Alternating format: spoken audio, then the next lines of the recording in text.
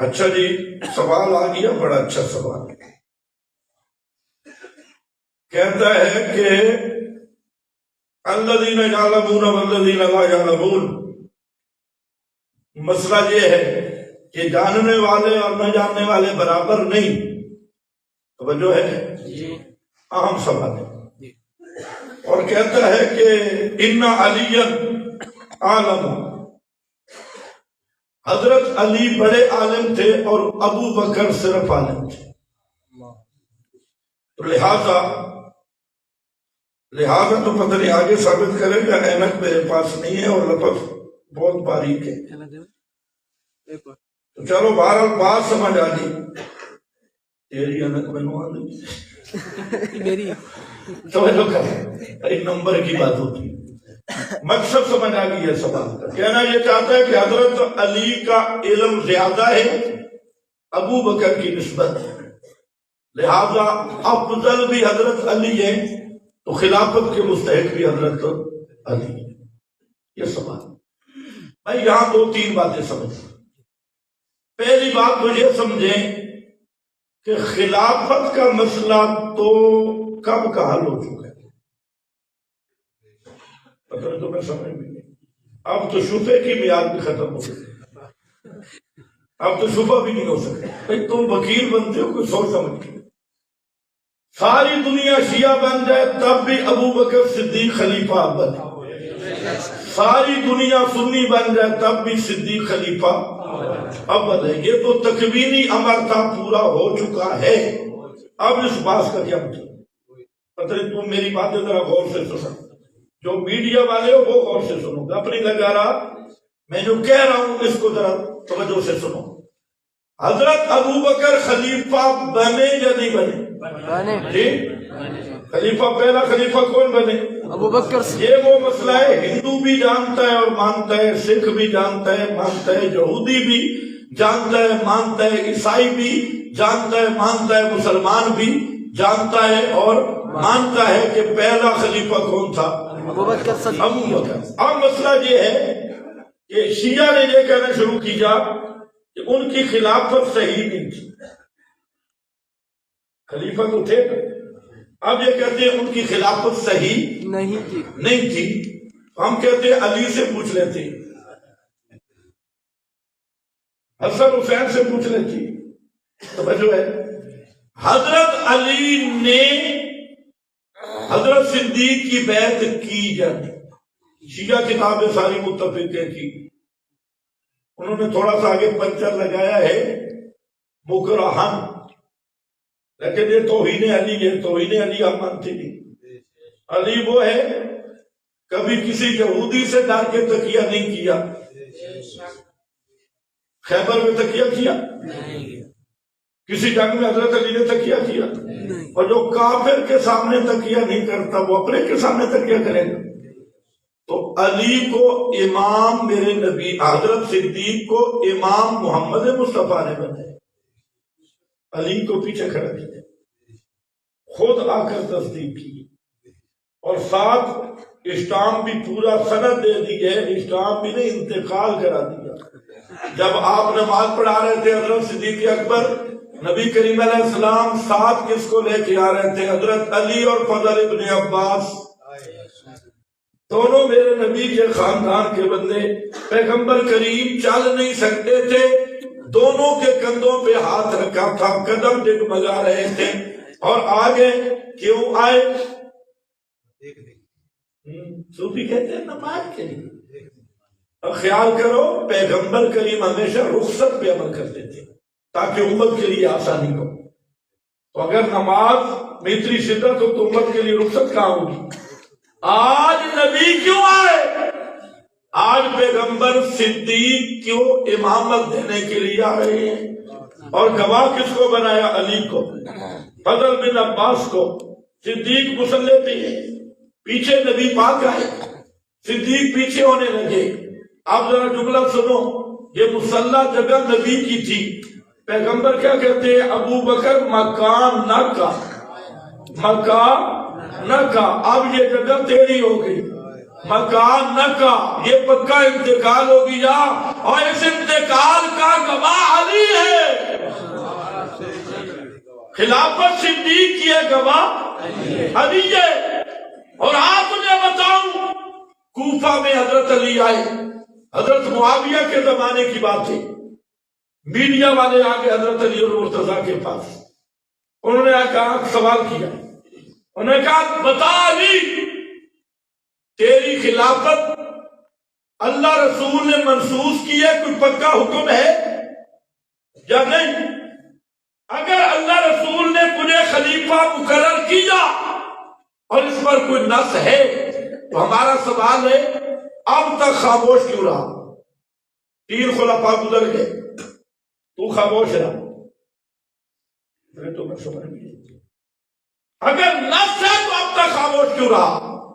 اور اگر کوئی اللہ رسول نے آپ کی خلافت کا فیصلہ نہیں کیا تو اب جھگڑا کیوں ڈالا؟ یہ سوال تھا میڈیا میں۔ اب ذرا پیر علی کی بات سنو۔ حضرت علی فرماتے ہیں تم جانتے ہو انا اول من صدقہ، بچوں میں میں پہلا ہوں جس نے اپنے نبی کی تصدیق کی۔ جانتے ہو کہا بالکل۔ کہتے ہیں سنو، اگر اللہ رسول مجھے خلیفہ بلا فصل بنا جاتے اور میری خلافت کی نص فرما دیتے اور پھر میں کسی اور کو خلافت کی گدی پہ بیٹھنے دیتا تو پھر مجھ سے بڑا کذاب کوئی بھی نہ ہوتا، کیونکہ میں پھر اللہ رسول کی امانت کو ضائع کر بیٹھتا، پہلا مصدق تھا پھر پہلا مقدم بن جاتا اور کہتے ہیں خدا کی قسم میں وہ ہوں، اگر خلافت اللہ رسول مجھے عطا کرتے یعنی نص کر دیتے، حکم کر دیتا، میرے ساتھ ایک بندہ بھی نہ ہوتا، میں اس چادر کے ساتھ بھی سب سے لڑتا اور جب تک میری زندگی میں جان ہوتی اس خلافت کی گدی پہ میرے سوا کوئی نہ بیٹھتا۔ اگلی بات ذرا سنو، حضرت علی فرماتے ہیں اور میڈیا والوں کوفے والے سنو، میں وہاں تھا، سفر پہ نہیں تھا، گھر پہ تھا اور بیمار بھی نہیں تھا، تندرست تھا، دور بھی نہیں تھا، پیغمبر کے ساتھ تھا، اور 17 نمازیں میری موجودگی میں نمازوں کا امام ابو بکر بنا۔ ہم نے دیکھا کہ جب نماز دین کا امام ابو بکر ہے تو سیاست کا امام بھی ابو بکر ہے، خلافت کا امام بھی ابو بکر ہے، یہ خود حضرت علی فرما رہے ہیں۔ تو ایک ہے خلافت کا مسئلہ، یہ تو میرا بھائی حل ہو چکا ہے، اب تو شفے کی میعادیں بھی ختم ہو گئی، اب صرف یہ ہے کہ انہوں نے کام الٹا کیا، وہ کہتے ہیں نہیں خلافت صحیح نہیں، ہم کہتے ہیں تم کہتے ہو صحیح نہیں، اور جس کو تم معصوم سمجھتے ہو وہ بیعت بھی کر رہا ہے، جس کو تم معصوم سمجھتے ہو وہ تینوں خلفاء کے پیچھے نمازیں بھی پڑھ رہا ہے، ان کا مشیر بھی ہے، ان کا وزیر بھی ہے، ان کے لیے دعائیں بھی کر رہا ہے، اور وہ خود کہتے ہیں ھذا موعود من اللہ، یہ سورۃ نور میں وعد اللہ والی آیت ہے، موعود من اللہ، وہ کہتے ہیں ابو بکر عمر عثمان کی خلافت ہے جس کا اللہ نے وعدہ کیا ہے۔ اب شیعوں سے ہم پوچھتے ہیں بھئی حضرت علی سے تو زیادہ سمجھدار، باقی رہ گیا بڑا عالم کون ہے؟ یہ تمہارے خطیبوں کو اللہ ہدایت نصیب کرے۔ انہوں نے ایک حدیث گھڑی ہوئی ہے، آنا مدینۃ العلم و علی بابها، سارے بیان کرتے ہیں، حالانکہ 5 سندیں ہیں، 5 جھوٹ پہ مبنی ہیں اور موضوع روایتی، اسی سے انہوں نے لیا۔ میرا دعویٰ یہ ہے کہ سب صحابہ سے بڑا عالم ابو بکر صدیق تھا، سب صحابہ سے بڑا عالم، اور میں نہیں، صحابہ خود کہتی ہے، صحابہ خود کہتی ہے، اور اکرم سمجھنا ہے تو اکرم بھی سمجھ لو، 2 مسئلے سب سے مشکل ہیں۔ حضرت تھانوی رحمت اللہ علیہ انہوں نے ایک مقام پہ لکھا ہے کہ اب میں دعویٰ کر سکتا ہوں کہ نماز کے سارے مسئلے مجھے آ جائیں گے۔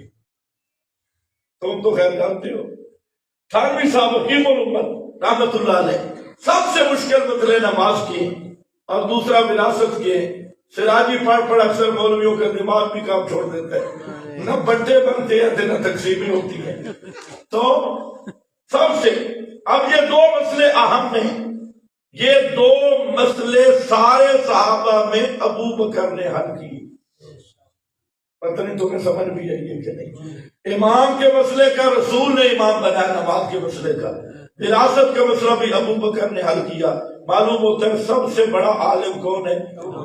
اور پھر جب پیغمبر کریم نے فرمایا نا ان اللہ خیر عبدا، کہ اللہ نے ایک بندے کو اختیار دیا ہے بین الاخرہ بین ظاہرۃ الحیات الدنیا، اللہ نے ایک بندے کو اختیار دیا کہ تو دنیا میں رہنا چاہتا ہے یا آخرت میں آنا چاہتا ہے، دنیا میں رہنا چاہتا ہے یا آخرت میں آنا چاہتا ہے. تو فاختار الآخرہ، اس بندے نے آخرت قبول کی. اور یہ آپ کی تقریر تھی کہ ابو بکر کی ہچکی بند گئی اور رونے لگے. حضرت صدیق اکبر صحابہ کہتی ہیں ہم حیران ہوئے کہ اللہ کے رسول کسی بندے کی بات کر رہے ہیں اور آپ رو رہے ہیں. تو پھر ہمیں پتہ چلا کہ آپ تو محمد مصطفیٰ اپنی بات کر رہے تھے. ادھر صحابہ کہتے ہیں ہم سمجھ گئے ہوگا اعلمنا، ابو بکر صدیق ہم میں سے سب سے بڑے عالم تھے.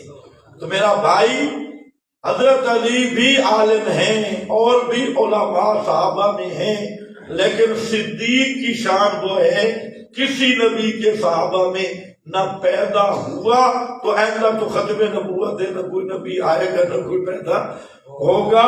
تو افضل الناس افضل البشر بعد الانبیاء وہ ابو بکر صدیق ہے. اور اس پہ حضرت علی کی مہر موجود ہے.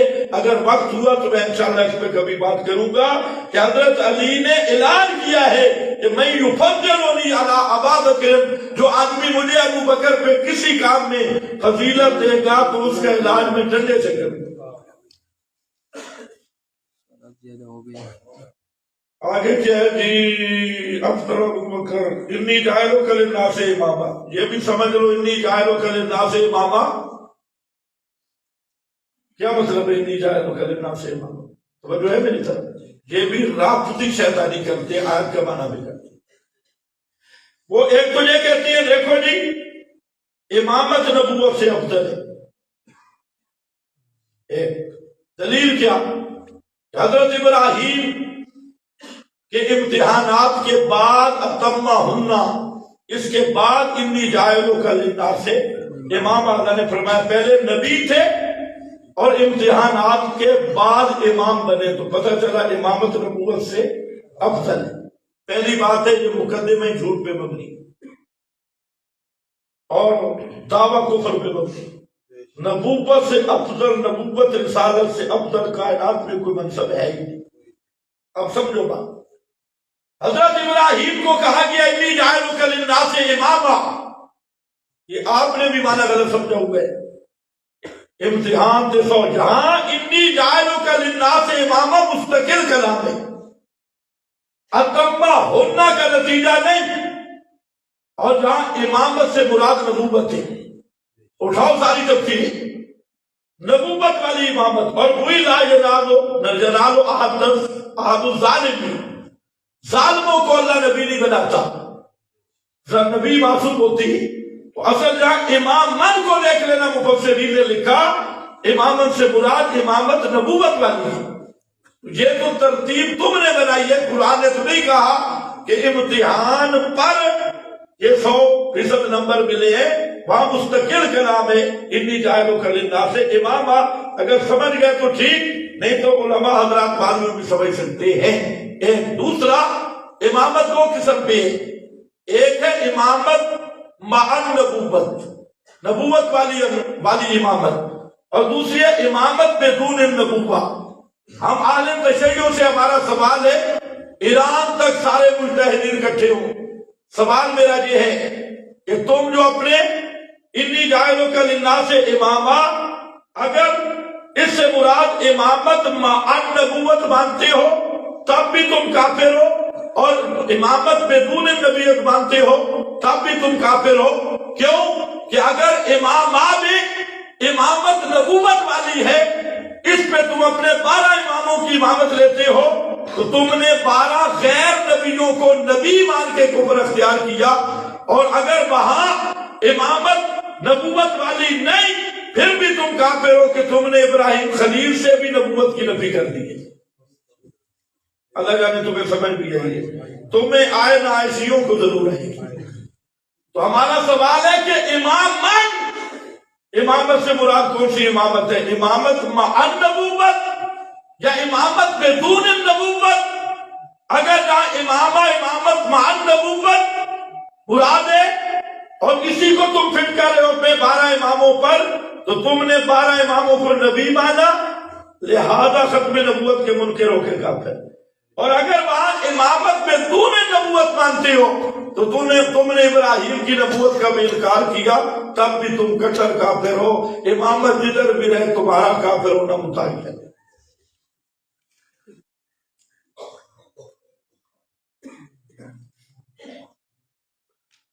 حدیث میں ہے کہ نبی نے فرمایا ابو بکر کو کہ ایک میں تم میں چمٹی سے باریک شرک ہے۔ ہاں یہ بھی میڈیا کی پیداوار۔ سب سے پہلی بات ہے کہ دنیا شیعیت اور رافضیت جرأت کرے اس روایت کی سند سے ہی ثابت کرے، موضوع روایت۔ اور میں نے شروع میں آپ کو بتایا ہے کہ صحابہ کی صفات قرآن سے ثابت ہے، اور قرآن کے مقابل کوئی روایت حجت نہیں ہے۔ اسی لیے یہ نقطہ ہے سمجھنے والا، ہمارے مولوی حضرات ان کو بخار 104 پہ ہو جاتے ہیں جب قرآن کی عظمت آتی ہے۔ خدا کے بندے ہر مسئلے میں قرآن مقدم ہے۔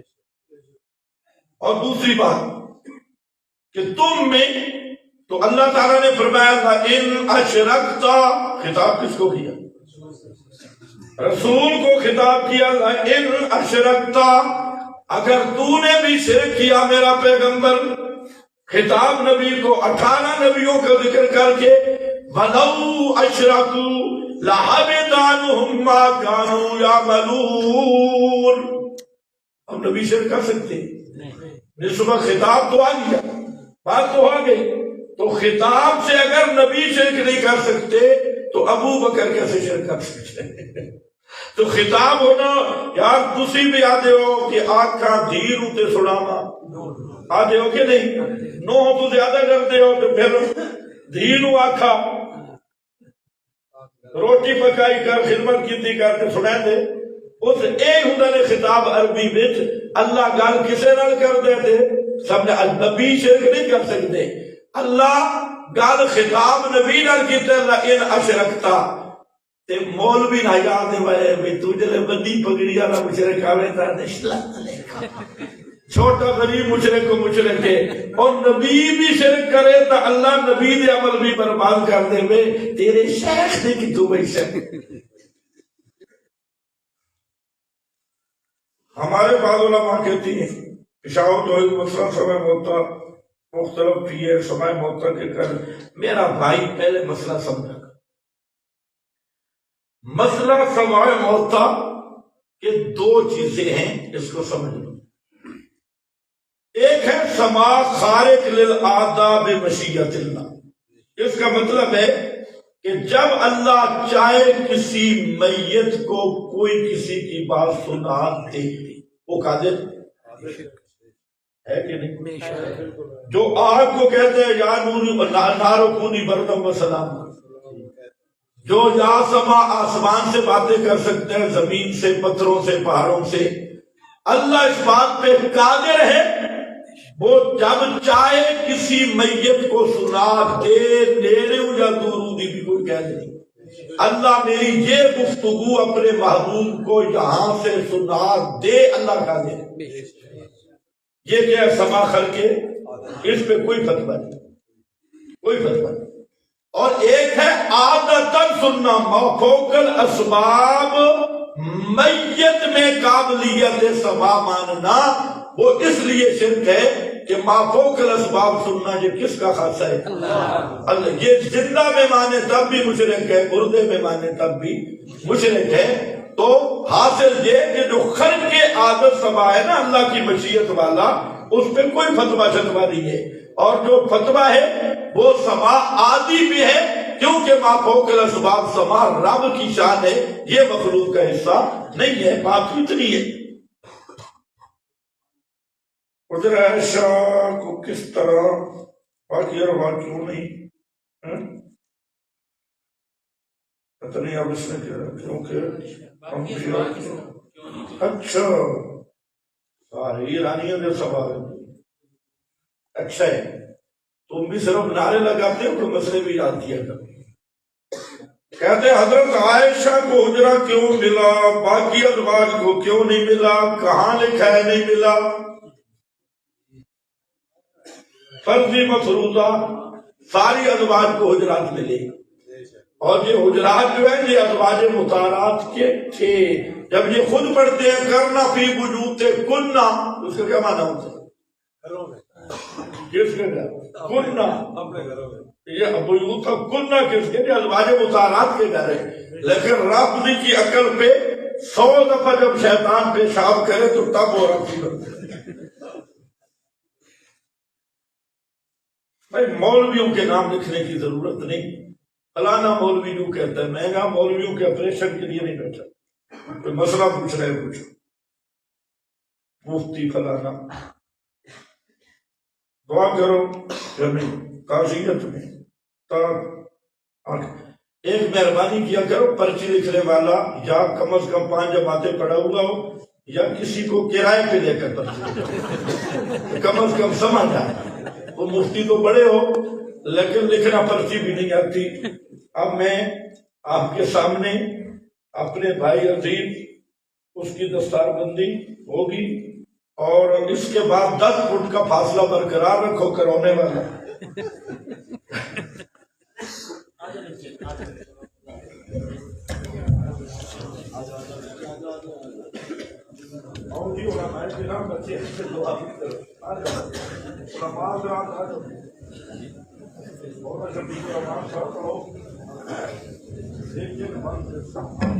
اس کو آف کر دینا۔ دیکھیے کرے ہو، مہربانی کرو، آگے سے بندی ہونے دیں۔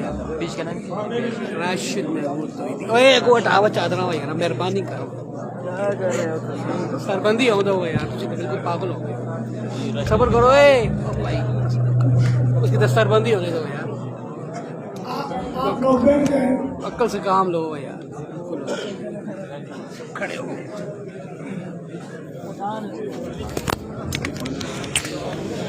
پروگرام کی اختتام میں دعا ہوگی، آپ لوگ بیٹھ کے ادھر ہو جاؤ، دس دو یار۔ حضرت مولانا حافظ فرمانے لائے کا میں بہت زیادہ دل کی گہرائیوں سے شکریہ ادا کرتا ہوں کہ انہوں نے اتنی بڑی محفل مجھ جیسے عزیز کے لیے، میرے بچے کے لیے بنائی، اور اتنی مشکلات کے باوجود انہوں نے یہاں ایک منٹ محفل منعقد کی، اور جتنے علماء کرام آئے ہوئے ہیں سب کا میں شکریہ ادا کرتا ہوں۔ پروگرام الحمدللہ ہمارا اچھا ہوا، کامیاب ہو گیا۔ ہمارا چھوٹا سا پروگرام تھا درس قرآن کے حوالے سے، تو تھوڑا لمبا ہو گیا، لڑکوں نے سوال کیے، تو کی کرنا ہے، طالب علم میں یہ سبق سیکھنے کے لیے آئے، یہ چکی کرنا ہے، حضرت علامہ حضرت یار صاحب درس قرآن کے حوالے سے ان کا چھوٹا سا بیان تھا، مختصر تھا، اللہ رب العزت قبول و منظور فرمائے، اور ہم سب کو اس پر عمل کرنے کی توفیق عطا فرمائے۔ جتنے لوگ آئے ہوئے ہیں سب کا میں شکریہ ادا کرتا ہوں۔ الحمدللہ علامہ صاحب نے صحیح قرآن کے معنی بیان کیے، سمجھایا۔ اگر کسی آدمی کو سمجھ نہیں آئی تو اللہ پاک سمجھ کرنے کی توفیق عطا فرمائے، اور کسی کا دل دکھا ہو تو میں ان سے معذور خواہ ہوں۔ سب اللہ رب العزت سب کا قبول و منظور فرمائے۔